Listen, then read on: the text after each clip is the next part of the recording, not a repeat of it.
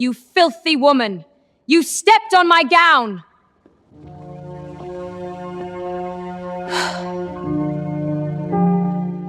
Rosemere Hall. Servants froze. A plainly dressed maid staggered backward, one hand pressed against her cheek. Miss Evadne March stood over her in silk and diamonds, eyes burning with disgust. "You filthy woman," she hissed. "You stepped on my gown." The maid lowered her head quietly. No tears, no apology. No one noticed a cold power in her silence. But before we continue, subscribe now and tell us in the comments where you are watching from and what time you saw this video. Tonight's story is one you will never forget. Lord Basil Thorncroft entered moments later, smiling, unaware of what had happened. Evadne rushed into his arms like an angel. The slapped maid simply adjusted her gloves. Then engines roared outside. 3 black motor cars bearing the Fairmont crest swept into the drive. The chief steward entered, removed his hat, and bowed deeply before the humiliated maid. "Your Grace." The room stopped breathing. What happened next destroyed lives. Duchess Isolde Fairmont was a name spoken carefully in drawing rooms across England. Even men who commanded banks and ministers who shaped laws lowered their voices when speaking of her. Since the death of her husband, the late Duke of Fairmont, she had ruled the family affairs alone with a calm strength few could challenge. Her London residence, Fairmont House, stood behind iron gates in Mayfair, its polished windows overlooking a street lined with motorcars, private footmen, and houses filled with old money. Inside were marble floors, oil portraits of stern ancestors, crystal lamps, and corridors so quiet that even whispers seemed to behave. Though powerful, Isolde had slowly withdrawn from public life after her husband's passing. She no longer attended every ball or opera night as she once had. Younger families knew her name, her fortune, and her influence, but many had never met her face to face. They imagined a harsh old woman wrapped in black silk and bitterness. None of them knew the truth. Isolde was elegant, disciplined, and deeply observant. She had learned long ago that the world revealed itself best when it believed no one important was watching. Her greatest devotion was her only son, Lord Basil Thorncroft. Basil was 28, broad-shouldered, warm-hearted, and handsome in the easy way that made strangers trust him quickly. He had inherited his father's title prospects and his mother's refined features, yet none of her caution. He was generous with money, kind to children, and incapable of believing that beauty could hide danger. Isolde had guided him carefully since childhood, hoping experience would one day teach what warnings could not. Then Miss Evadne March entered his life. She arrived in London society like a polished jewel. Her gowns were always perfect, her smile carefully measured, and her voice soft enough to invite attention without demanding it. At dinners, she spoke just enough to appear clever. At dances, she moved with graceful confidence. Mothers approved of her manners. Gentlemen praised her beauty. Newspapers mentioned her frequently beside the names of titled bachelors. Within months, Basil was completely devoted. He brought flowers to her townhouse. He rode beside her carriage in Hyde Park. He defended her before anyone who questioned her intentions. Society celebrated the romance as though it were already a wedding. Only Isolde remained unconvinced.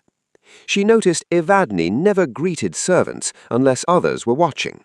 At charity functions, her eyes wandered more toward diamonds than the suffering she claimed to pity. Her laugh warmly with dukes, lords, and wealthy widowers, yet dismissed ordinary guests with the smallest flicker of impatience. Her words were sweet, but something cold lived beneath them. When Isolde tried to speak gently to Basil, he grew irritated. "You judge her because she is young," he said one evening over roast pheasant, buttered carrots, and warm bread served in the blue dining room. "I judge her because I listen. You have never approved of anyone. I would approve of honesty." He pushed back his chair harder than intended. "You fear losing control." The sentence struck deeper than he knew. Their conversations became strained after that. Basil visited less often. Letters replaced dinners. Fairmont House, once filled with easy laughter between mother and son, became quiet. Then, a rainy morning, a cream envelope sealed in gold wax arrived on a silver tray. Mrs. Bernadette Sloane, mother of Miss Evadne March, formally requested the honor of receiving Duchess Isolde Fairmont at Rosemere Hall in Surrey before any engagement announcement was made. It was written with perfect manners and obvious ambition. Basil considered the invitation proof that everything would now heal. "They wish to welcome you properly," he said. "No," Isolde answered calmly. "They wish to impress me." That afternoon, she sat alone in her private sitting room, where tea cooled untouched beside the fire. Beyond the windows, London mist clung to the gardens. She thought of Basil's trust, Evadne's smile, and the future that waited if appearances continued untested. By evening, her decision was made. The next morning, while Basil expected his mother to arrive later in full dignity, Isolde dismissed her lady's maid and opened an old wardrobe herself. From it, she removed plain servant clothing once used during charitable visits to hospitals and kitchens. A dark dress without decoration, a simple apron, sturdy shoes, a modest cap to conceal her hair. She removed her rings one by one and placed them in a velvet box. When her loyal steward asked whether she was certain, Isolde fastened the final button at her wrist and looked into the mirror. The powerful Duchess disappeared. In her place stood a woman no one would notice. She lifted her gloves and said quietly, "Let us see how they treat those they believe beneath them." Rosemere Hall stood proudly on the Surrey countryside like a woman wearing borrowed jewels. Its stone walls were grand, its gardens trimmed into neat perfection, and its long gravel drive curved elegantly toward tall iron gates. From a distance, it appeared every inch the home of ancient nobility. Up close, the illusion weakened. The statues near the fountain were newly carved and too bright. The family crest above the entrance had been recently mounted. The hedges were cut with such precision that they looked more expensive than natural. It was a beautiful house, trying very hard to look old. At the rear entrance, deliveries of flowers, meat, pastries, and wine arrived one after another. Kitchen boys ran with baskets of bread. Footmen polished silver trays until their hands reddened. The house smelled of roasted duck, cinnamon tarts, fresh polish, and expensive perfume drifting down from the upper rooms. Into this chaos came a modest woman in plain servant's clothes, carrying a small case. No jewels shone at her throat, no silk trailed behind her. Her hair was hidden beneath a simple cap, and her gloves were ordinary. She stood quietly at the servants' gate while rainwater clung to her sleeves. No one recognized Duchess Isolde Fairmont. A stout housekeeper looked her over with quick disdain. "You are late." "I was told to report this morning," Isolde answered softly. "Then report less and move more. We are not running a convent." She was pushed inside without another glance. The servants' corridors were narrow and busy. Bells rang from drawing rooms above, voices snapped through the halls. One maid carrying folded linen nearly collided with a footman and was cursed for her clumsiness. Another girl was scolded because a flower arrangement leaned slightly to one side. Fear moved through the house faster than air. At the center of it all was Mrs. Bernadette Sloane. She swept through the breakfast room in a satin gown heavy with lace, rings flashing as she pointed at everything wrong with the world. The table held smoked salmon, eggs, fruit preserves, hot rolls, and silver coffee pots, yet she found reason to complain over each item. "These strawberries look common, and who arranged those lilies? Have they no eyes?" A trembling maid adjusted the flowers. Bernadette turned to a guest list beside her plate. "By this time next month, no one of consequence will ignore our invitations." She laughed at her own words. Later, passing a half-open morning-room door, Isolde heard Bernadette speaking to a neighbor. "Old noble families are finished. Titles without money are museum pieces. We are the future now." The neighbor laughed politely. Upstairs, Miss Evadne March prepared for Basil's arrival. Isolde was sent with fresh tea and entered quietly enough to witness the young woman before the mirror. Evadne wore pale silk with pearls at her throat. Two maids pinned her hair while she practiced expressions, one after another: warm delight, modest surprise, gentle concern. She studied each smile carefully, choosing which would best capture Basil's heart. "Too eager," she murmured at her reflection. Then she softened her eyes and tried again. "Better." When she noticed Isolde in the room, her face sharpened at once. "Set it there and do not breathe on the tray." Isolde obeyed without comment. By noon, the household was tense with expectation. Basil was expected any moment.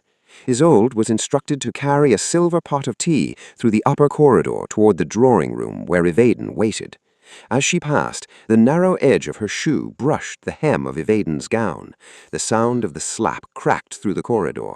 Gasps followed immediately. Tea rattled in its cups as Isolde staggered one step sideways, one hand rising slowly to her cheek. Red marks bloomed across skin that once had been kissed by kings at formal greeting. Evadne stood rigid with fury. "You wretched creature, do not touch what you could never afford." The nearby servants lowered their eyes in horror. No one dared speak. Isolde straightened carefully. She lifted her gaze to Evadne's face. There was no pleading in her expression, no shame, no fear, only silence. Evadne mistook it for submission and smiled coldly. "Clean the tray and be useful." She swept away in silk and perfume. The corridor remained frozen until footsteps faded. A young maid beside the wall began to shake. Tears filled her eyes as she looked at the older woman who had endured the blow without a word. "Why did you not strike her back?" she whispered. Isolde adjusted her gloves with calm fingers and picked up the trembling teacups. "Because," she said quietly, "some debts grow larger when left unpaid." By early afternoon, the rain had cleared, leaving Rosemere Hall washed in pale sunlight. Gravel glittered along the drive, and the household stiffened with anticipation when the sound of an engine rolled through the grounds. A polished dark motor car swept to the front entrance and stopped beneath the stone portico. A footman hurried forward to open the door. Lord Basil Thorncroft stepped out smiling. He wore a tailored charcoal coat, gloves of soft leather, and the easy confidence of a man certain the world was moving in his favor. He carried a bouquet of cream roses tied with silver ribbon, chosen because Evadne once claimed they were her favorite. His eyes searched the doorway before he had fully straightened. Evadne appeared at once. Only moments earlier she had been complaining that the soup spoons looked cheap.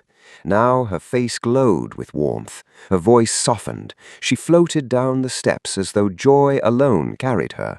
"Basil," she breathed. She kissed his cheek, accepted the flowers, and thanked the servants for their hard work loudly enough for everyone nearby to hear. She even touched the shoulder of a frightened maid who had been trembling since morning. "You poor dear, do rest when you can," she said sweetly. The maid nearly stared. Basil looked at Evadne with admiration so complete it bordered on worship. To him she was kindness, beauty, refinement, and future happiness wrapped in silk. From the side corridor, Duchess Isolde watched in servant dress. The sting of the slap still burned faintly on her cheek. A pale red mark remained visible beneath the edge of her cap. Basil's eyes passed over her without recognition, without pause, without concern. That wounded her more deeply than the blow itself. She had raised him, protected him, guided him through grief and youth, yet now he could not see pain standing 2 steps away because beauty stood before him. Lunch was announced soon after. The family and selected guests gathered in the formal dining room beneath a painted ceiling. Roast pheasant, glazed carrots, buttered asparagus, warm rolls, clear consommé, and chilled custards were carried in by nervous staff. Isolde moved among them silently, serving plates and pouring wine. Basil laughed often. Bernadette praised his manners. Evadne listened to him as though no other voice mattered. When the meal ended, the men stepped toward the library for cigars, while the ladies withdrew briefly to the morning room. Basil lingered behind to admire a carved cabinet near the hallway. In the narrow service corridor behind the room, Isolde paused when she heard voices through the half-open door. Bernadette spoke first. "The boy is simpler than I hoped. He would sign away Scotland if asked nicely." Evadne laughed lightly. "He is not foolish, merely eager to be adored. And once married, then Fairmont House must be modernized. Those dreadful portraits of dead ancestors make the place smell of judgment." Bernadette chuckled. "And the Duchess? She can be settled comfortably at the Dower estate in Kent. Gardens, fresh air, endless quiet. Old women love being gently removed." They both laughed. Isolde's fingers tightened around the silver tray in her hands. Bernadette lowered her voice. "The jewels and accounts?" "Gradually," Evadne replied. "One does not empty a vault by kicking the door. One is handed the key." Then she added with amusement, "Men inherit titles, women inherit men." More laughter followed. Bernadette asked, "And if the Duchess opposes you?" Evadne did not hesitate. "Then the old woman will learn what all old women learn, that they are replaceable." At that exact moment, Basil stepped into the hall beyond the doorway. He heard only the last sentence and glanced toward the room. Inside, Bernadette had been pointing at a faded cabinet. Basil smiled faintly, assuming they discussed furniture. "That cabinet is dreadful. Replace it if you wish," he said as he entered. Evadne rewarded him with a grateful look so tender it would have fooled a judge. Isolde closed her eyes for one brief second. Blindness, she realized, was easiest to wear when it pleased the wearer. She moved away before anyone noticed her listening. The house settled into a false calm. Guests returned to conversation. Bernadette rang for fresh tea. Basil stood beside Evadne near the tall windows, entirely content. Then, from beyond the front lawns, a new sound broke across the afternoon. Engines. Not one, several. Heavy, powerful, approaching fast over the gravel drive. The rumble of engines rolled across the lawns like distant thunder, drawing every eye in Rosemere Hall toward the tall front windows. Conversation died mid-sentence. Teacups paused halfway to lips. Even the servants froze where they stood. 3 grand motorcars turned through the iron gates in perfect order and swept along the gravel drive. Their black bodies shone beneath the afternoon light, each door marked with the silver crest of Fairmont House. Uniformed chauffeurs brought them to a smooth halt beneath the entrance portico. Guests exchanged startled glances. Bernadette Sloane's face brightened at once. She straightened her shoulders, lifted her chin, and adjusted the lace at her sleeves. To her mind, this was the public recognition she had long desired. The Fairmont household had come in full ceremony to honor the future bride. Evadne touched the pearls at her throat and checked her reflection in the window glass. She smoothed the front of her gown and took Basil's arm possessively. "How thoughtful of your mother," she said sweetly. Basil, suddenly uneasy, said nothing. The front doors opened. 2 senior footmen entered first, followed by the Fairmont household secretary and several uniformed attendants. Their manner was formal, controlled, and severe enough to silence the room completely. Then the chief steward, Mr. Vale, stepped inside. He was a tall, silver-haired man whose face showed neither warmth nor impatience. He removed his gloves slowly and glanced across the room. Bernadette moved forward with a broad smile. "Mr. Vale, what an honor! Please inform Her Grace that—" He walked past her as though she were furniture. Bernadette's smile cracked. Evadne stiffened. Mr. Vale continued across the drawing-room, past guests, past Basil, past the marble fireplace, until he stopped before the plainly dressed maid standing near the tea service. Every eye followed him. Then he bowed deeply. "Her Grace, Duchess Isolde Fairmont." The room erupted in stunned gasps. For one suspended moment, no one moved. Then the maid, who had stood unnoticed all day, straightened slowly. She removed the plain cap from her head, revealing silver-streaked hair arranged with quiet elegance. She unfastened the rough outer collar, exposing the fine cut of the dark dress beneath. Her posture changed first, then the room around her. The servant vanished. Power remained. Duchess Isolde Fairmont stood before them. Several servants dropped to their knees at once. One maid began to cry openly. Another crossed herself in panic. Bernadette swayed so hard she had to grip the edge of a chair. Basil's face drained of color. Evadne stumbled backward until the backs of her legs struck a sofa. Her lips parted, but no words came. Isolde lifted one gloved hand and touched the fading red mark on her cheek. Her voice, when it came, was calm enough to terrify. "Your daughter strikes with poor aim." No one in the room dared breathe. Bernadette rushed forward, hands shaking. "Your Grace, there has been some dreadful misunderstanding." "There has. You mistook breeding for costume." She turned to Mr. Vale. "Bring forward every servant who witnessed this morning." The household staff were assembled in a trembling line near the doorway, faces pale, hands clasped, eyes lowered. "Speak truthfully, you answer to me now." The first maid described the slap in the corridor. The second told how Bernadette had insulted staff since dawn. A footman repeated hearing Basil boast of controlling Evadne after marriage. The housekeeper, white with fear, confessed that she had been ordered to treat poorer visitors through the rear entrance so the quality of the house remained visible. Another maid spoke through tears of hearing plans to remove the Duchess to a distant dower estate and gain access to jewels and accounts. Each statement landed like a hammer. Bernadette's protests grew weaker. Evadne tried to deny everything, but no one looked at her with belief anymore. Basil stood motionless, staring first at Evadne, then on the mother he had failed to recognize beneath a servant's cap. At last he stepped forward, his breathing uneven. "Mother!" Isolde did not turn. He sank to his knees before her, shame written across every line of his face. Still she did not look at him. No one moved after Basil fell to his knees. The great drawing-room of Rosemere Hall, so carefully prepared for triumph, now felt smaller than a prison cell. Crystal glasses stood untouched on silver trays. Tea had gone cold. The scent of lilies mixed with fear. Duchess Isolde Fairmont regarded the room with steady eyes. "Let this be settled plainly," she said. Her voice was quiet, yet every person heard it as clearly as a bell. "The engagement between Lord Basil Thorncroft and Miss Evadne March is ended immediately." A sharp cry escaped Bernadette. Evadne lurched forward. "Your Grace, please!" Isolde raised one gloved hand, and the room fell silent again.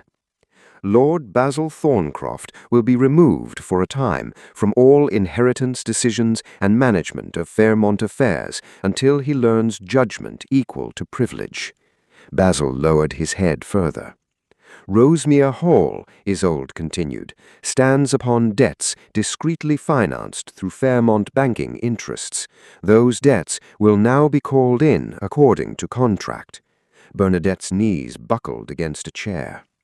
"And before nightfall," Isolde said, "society newspapers shall receive an accurate account of the conduct displayed in this house today." The words struck harder than any sentence of law. In their world, scandal could close doors faster than bankruptcy. Bernadette rushed forward, weeping, her pride shattered at last. "Mercy, Your Grace, we were misjudged. We were anxious to impress. My daughter is young." "She is old enough to wound others for sport," Isolde replied. Evadne dropped beside her mother, tears spilling across her powdered cheeks. She reached toward Basil first, then toward Isolde when he did not move. "I loved him. I spoke foolishly. I was nervous. I did not mean any of it." No one believed tears that arrived after witnesses. Basil rose slowly. His face looked years older than it had that morning. He stared at Evadne as if seeing her for the first time, then turned to his mother. "I failed you," he said hoarsely. "I chose beauty over character. I defended lies because I wished them true." The room waited. Isolde met his eyes at last. "A foolish heart may recover," she said. "A cruel one rarely does." Basil bowed his head in shame.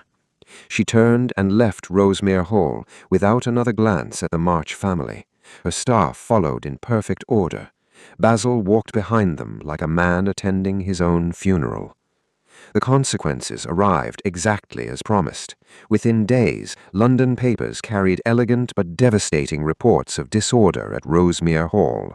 Invitations ceased, calls were unanswered. Families who once praised Evadne suddenly remembered other engagements. Shopkeepers who had extended generous credit became strict men of business. Months later, the debts were enforced. Rosemere Hall, with its bright statues and borrowed grandeur, was seized and sold. Its furnishings were catalogued room by room.